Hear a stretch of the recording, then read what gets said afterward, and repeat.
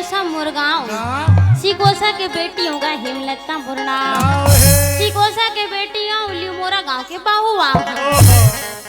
पाछू वाले भैया विकट हुकारू देवत है गवी मान से चार्जिंग है ना। मैं रागी रखो भैया, तो कोठिया की जरूरत नहीं है कले चुप रहते हैं।